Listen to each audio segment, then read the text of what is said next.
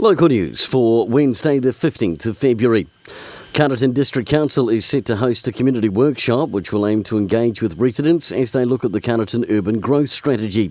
The workshop is held at the Carterton Event Centre next Tuesday, and for session times or to RSVP, please contact the council. Provincial towns hit hard by crime may miss out on an extra 880 police belatedly promised over the next 4 days by National, according to New Zealand First Police spokesperson and local Ron Mark. Mr Mark couldn't get an answer as to where those extra officers would go when he posed the question last week in Parliament. And in sport, Lansdowne will head to the Hutt this Sunday to take on top-of-the-table Hutt Cricket Academy in the Challenge Cup, while in Wairarapa, the Charles Gorman Trophy match will take place Saturday between Red Star and Greytown. For Wairarapa TV Local News, I'm Brent Gare.